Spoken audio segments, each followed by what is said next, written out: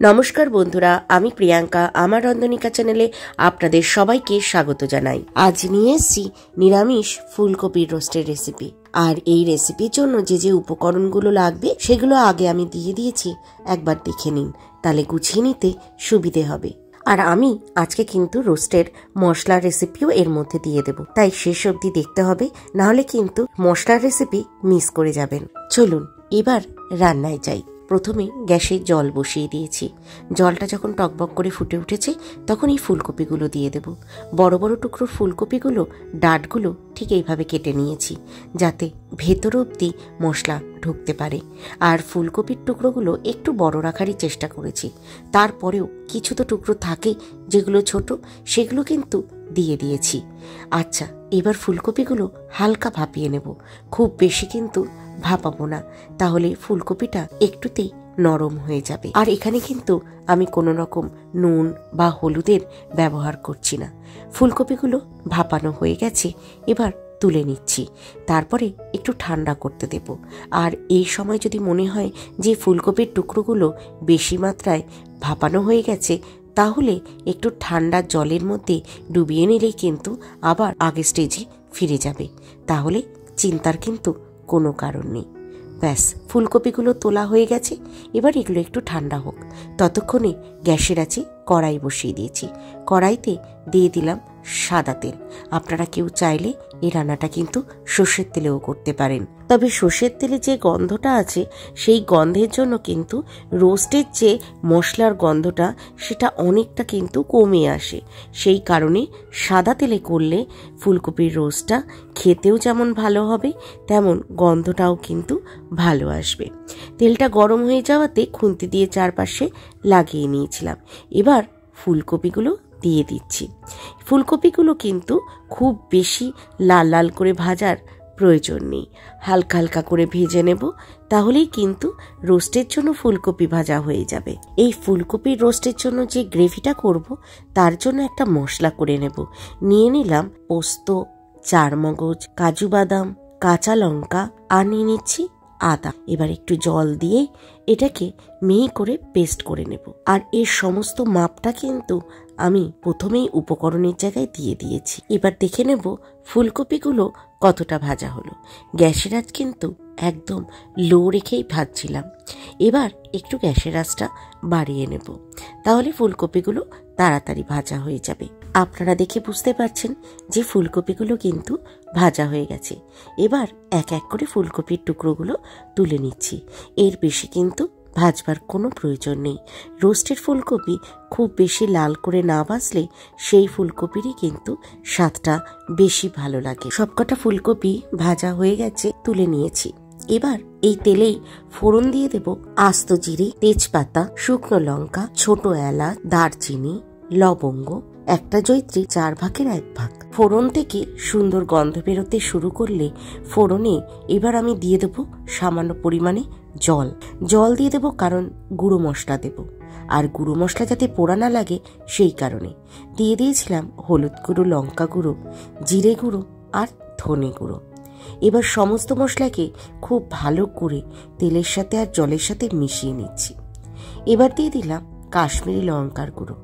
কাশ্মীরি লঙ্কার গুঁড়ো দেওয়ার পরে সেটাকেও খুব ভালো করে মিশিয়ে নেব। তারপরে এতে দিয়ে দেব টমেটো পিউরি। টমেটো পিউরি দিয়ে দেওয়ার পরে সেটাকেও কিন্তু খুব ভালো করে মিশিয়ে নেব। টমেটো পিউরি দেওয়ার পরেই দেখবেন কালারটা কিন্তু অসম্ভব সুন্দর এসে যাবে। আসলে কাশ্মীরি লঙ্কার গুঁড়ো আর টমেটো দুটো মিক্সড হয়ে একটা খুব সুন্দর লাল রং আসবে। এবার দিয়ে দিলাম টক দই। টক দইটা আগেই আমি ফেটিয়ে রেখেছিলাম। টক দইটা দিয়ে দেওয়ার পরে খুব ভালো করে মিশিয়ে নিচ্ছি। আরেকটা কথা, এই সময় কিন্তু গ্যাসের আঁচ লো রাখতে হবে, তাহলে টক দইটা খুব ভালো করে মিশবে। আর ওই যে গ্যাসের আঁচ বাড়িয়ে দিলে যে একটা ছানা ছানা মতো হয়ে যায়, ওরকম হবে না।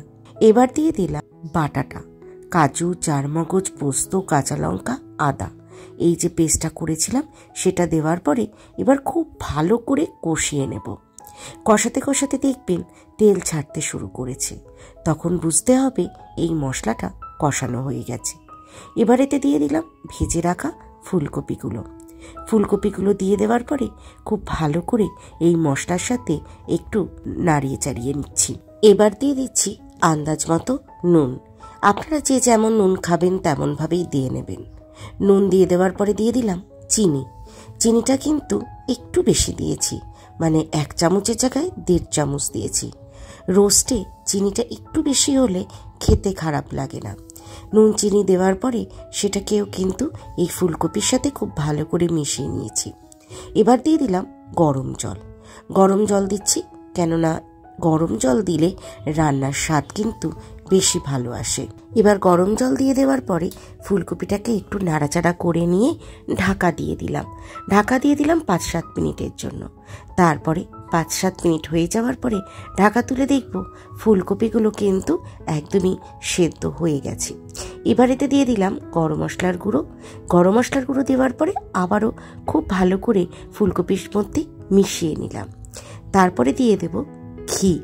ঘিটাও কিন্তু দিয়ে দেওয়ার পরে ফুলকপিতে ভালো করে মিশিয়ে নেব। এবার কিন্তু গ্যাসের আঁচটা কমিয়ে দেব। তারপরে এটাকে কিন্তু একটু ঢাকা দিয়ে দেব। দেখুন অলরেডি কিন্তু আমার হয়ে এসছে, তবে এখনো রোস্টের মশলা করিনি।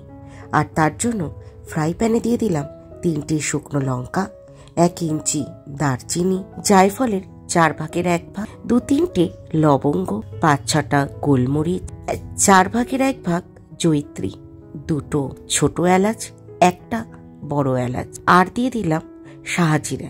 এগুলোকে ভালো করে শুকনো ফ্রাই প্যানের মধ্যেই রোস্ট করে নেব।